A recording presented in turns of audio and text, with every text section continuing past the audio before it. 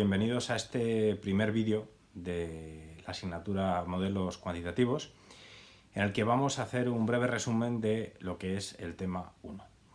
Vamos a empezar hablando de lo que es un modelo. Un modelo es una representación simplificada de la realidad y ha de tener al menos dos características. Uno, que sea manejable, y dos, que sea realista. Cualquier modelo que vayamos a desarrollar en esta asignatura debe cumplir al menos estas dos características. Antes de continuar, quiero hacer una aclaración muy importante, porque es un error bastante común cuando se trabaja con modelos, especialmente con modelos de regresión. Y esta aclaración es que correlación no implica causalidad. ¿Qué significa esto? La correlación, es decir, que dos variables varíen de una forma parecida, que cuando una crece, la otra también crece, o cuando una decrece, la otra también decrece, es decir, que tienen una correlación. Esa correlación no implica causalidad, no implica que existe una relación causa-efecto entre esas dos variables. En pantalla ahora mismo estáis viendo un ejemplo que se pone muy frecuentemente cuando se habla de este problema. En este caso estamos viendo la representación gráfica de la temperatura global del planeta versus el número de piratas. Como veis, existe una correlación muy alta, de hecho existe una relación lineal casi perfecta, y si correlación implicase causalidad, podríamos llegar a la conclusión de que para frenar el calentamiento global lo que hay que hacer es aumentar el número de piratas. Esto evidentemente es una conclusión absurda, no tiene ningún sentido. ¿Por qué? Precisamente por lo que acabo de explicar. Correlación no implica causalidad. El hecho de que dos variables estén correlacionadas o incluso fuertemente correlacionadas no implica que una sea la causa o el efecto de la otra, como en el ejemplo de los piratas que acabamos de comentar. Bien, cuando estamos trabajando con el diseño de experimentos, hay tres cosas fundamentales que son las primeras que tenemos que hacer. La primera de ellas es lo que llamamos la pregunta de investigación. La pregunta de investigación es plantearse si existe o no una determinada relación entre distintas variables, entre distintas causas y efectos. El segundo elemento es la hipótesis de investigación, que esto ya consiste en hacer una hipótesis concreta sobre dicha relación. Una hipótesis que además ha de ser testable empíricamente. Y el tercer elemento a considerar es el diseño de la investigación propiamente dicho. ¿Y esto qué es? Pues esto es simplemente cómo vamos a testear a nivel concreto y ya con datos esa hipótesis de investigación. Vamos a ver esto con un ejemplo. Imaginemos el caso en el que yo quiero estudiar si existe relación entre el nivel de robotización de un determinado país y su tasa de paro. Es decir, el nivel de robotización se mide como el número de robots, no penséis en los robots de Isaac Asimov, estamos hablando de robots industriales, los que encontramos en cualquier fábrica. Se mide como el número de robots, como digo, por cada 10.000 personas de población activa o por cada 10.000 empleados que existen en la industria. Lógicamente, este número, cuanto más alto sea, mayor es el índice de robotización de un determinado país. Bien, en este caso la pregunta de investigación es si existe o no existe una relación entre la tasa de robotización definida, como acabo de comentar, y la tasa de paro de un determinado país. Hay distintas posibles hipótesis de investigación y una de ellas podría ser que no existe relación. Es decir, nuestra hipótesis de investigación sería no existe relación entre la tasa de robotización de un país y la tasa de paro de ese mismo país. Esta podría ser la hipótesis, también podría ser la hipótesis la contraria. En función de lo que hayamos leído o conozcamos sobre el tema, podemos plantear una hipótesis o la contraria. Y el diseño de la investigación podría ser, por ejemplo, realizar un análisis de regresión entre la tasa de paro y la tasa de robotización en un año concreto o a lo largo de un periodo de tiempo determinado, de tal forma que matemáticamente vamos a verificar si existe o no relación entre ambas variables. Este ejemplo que acabo de mencionar sería un diseño no experimental, porque se trata de datos que ya existen, que ya han sido observados y sobre los que yo no he influido. Pero hay otra posibilidad, que es lo que llamamos diseño experimental. El diseño experimental, que es el típico, por ejemplo, en los ensayos médicos, es aquel en el que la variable causa, por ejemplo, suministrar un determinado medicamento, sí que podemos actuar sobre ella, sí que podemos manipularla y medir los efectos en una variable dependiente, en este caso en una variable respuesta, como sería la salud de los pacientes. Entonces hablaremos de diseño experimental cuando nosotros efectivamente manipulamos las variables causa y medimos la variable efecto, y hablaremos de diseño no experimental cuando se trata de datos ya observados y en los que por tanto nosotros no hemos influido. Cuando estamos realizando un diseño experimental, como por ejemplo en el caso de nuevos medicamentos, hay que garantizar lo que se denomina la validez interna del experimento. ¿Esto qué es? Esto básicamente es que los resultados que nos vayan a salir de ahí sean creíbles y reproducibles por otros investigadores, entre otras cosas. Hay muchos requisitos que han de cumplirse para garantizar la validez interna de un experimento, pero hay uno que siempre hemos de tener en cuenta, y es tener al menos dos grupos, un grupo experimental y un grupo de control.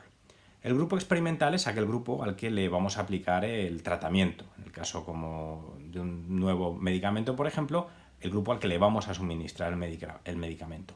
Mientras que el grupo de control es un grupo al que no se le va a suministrar nada o se le va a suministrar un placebo. Es decir, un medicamento que en realidad pues puede ser, por ejemplo, azúcar, que no va a causarle ningún efecto ni positivo ni negativo.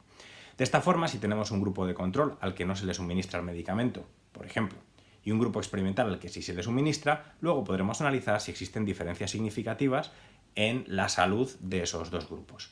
Este es un requisito mínimo de validez interna, pero incluso tomando estas precauciones de tener un grupo experimental y un grupo de control, pueden surgir problemas de validez interna.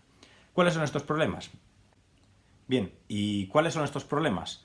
Pues son de distinto tipo, pero creo que es mucho mejor verlo con un ejemplo.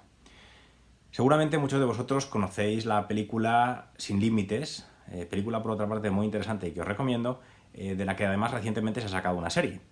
En esta película se descubre un nuevo medicamento, el NZT, que hace que aumente de forma muy significativa la inteligencia del consumidor.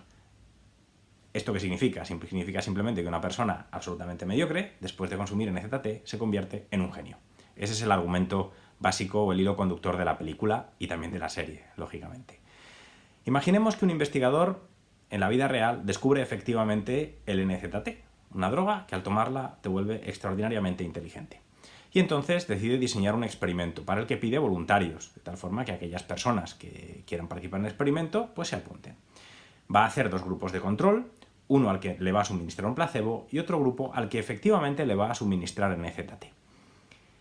El diseño en principio parece adecuado, pero ¿qué problemas nos vamos a encontrar? Bueno, el primero de ellos es la posible presencia de variables contaminadoras. Esto significa simplemente que quizá haya variables que no hemos tenido en cuenta y que pueden afectar al resultado. Imaginemos, por ejemplo, la edad. Puede ser que uno de los dos grupos tenga una edad media muy distinta al otro grupo. Imaginemos que el NZT afecta de manera distinta a personas según su edad.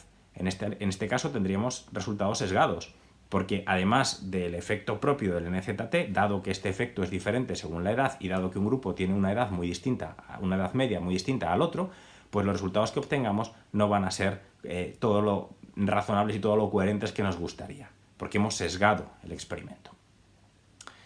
Un segundo problema que nos podemos encontrar es lo que llamamos mortalidad experimental. La mortalidad experimental es simplemente que algunos individuos pueden abandonar el experimento a mitad del mismo.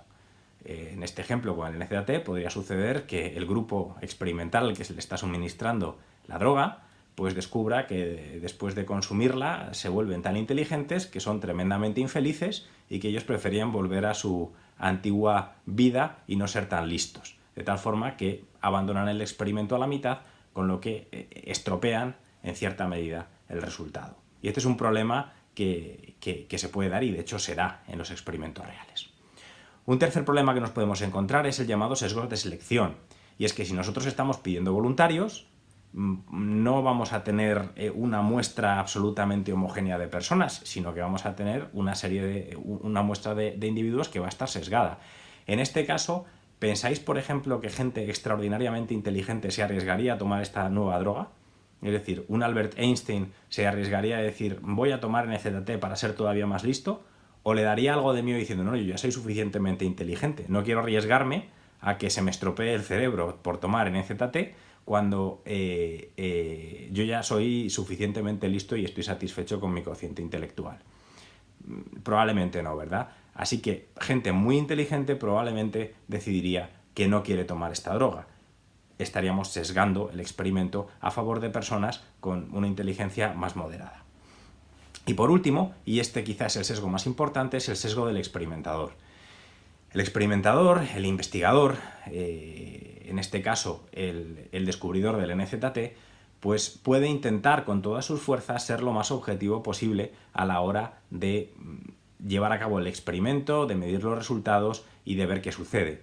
Pero en la práctica, a él lo que le gustaría es que su droga funcionase y que efectivamente volviese más inteligentes a las personas sin efectos secundarios.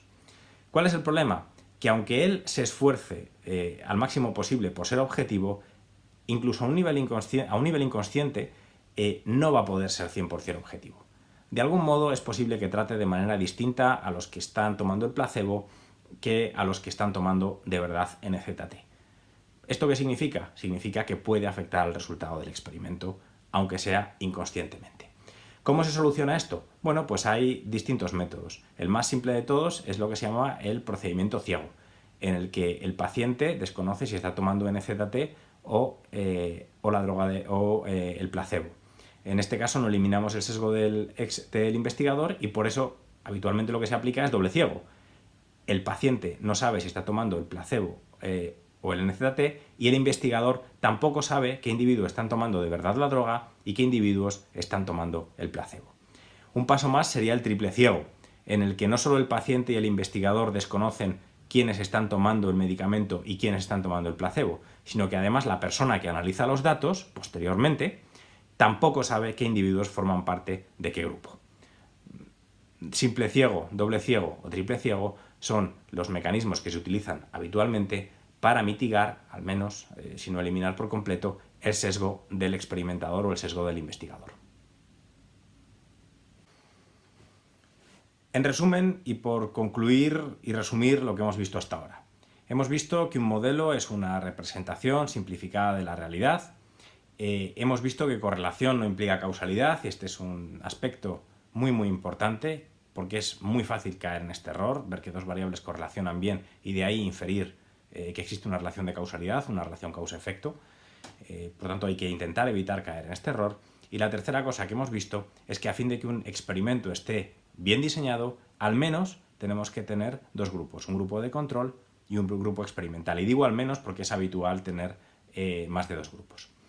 Pero incluso en el caso de que trabajemos con dos o más grupos, incluyendo uno de control, hay que tomar ciertas precauciones para evitar los distintos sesgos que hemos visto. Probablemente el más grave es el sesgo del experimentador, el sesgo del investigador, que ya hemos comentado, y precisamente por eso se toma la precaución de hacer experimentos ciego, doble ciego o incluso triple ciego. Con esto acabamos este breve resumen del tema 1, espero que os haya resultado útil y nos vemos en el próximo vídeo.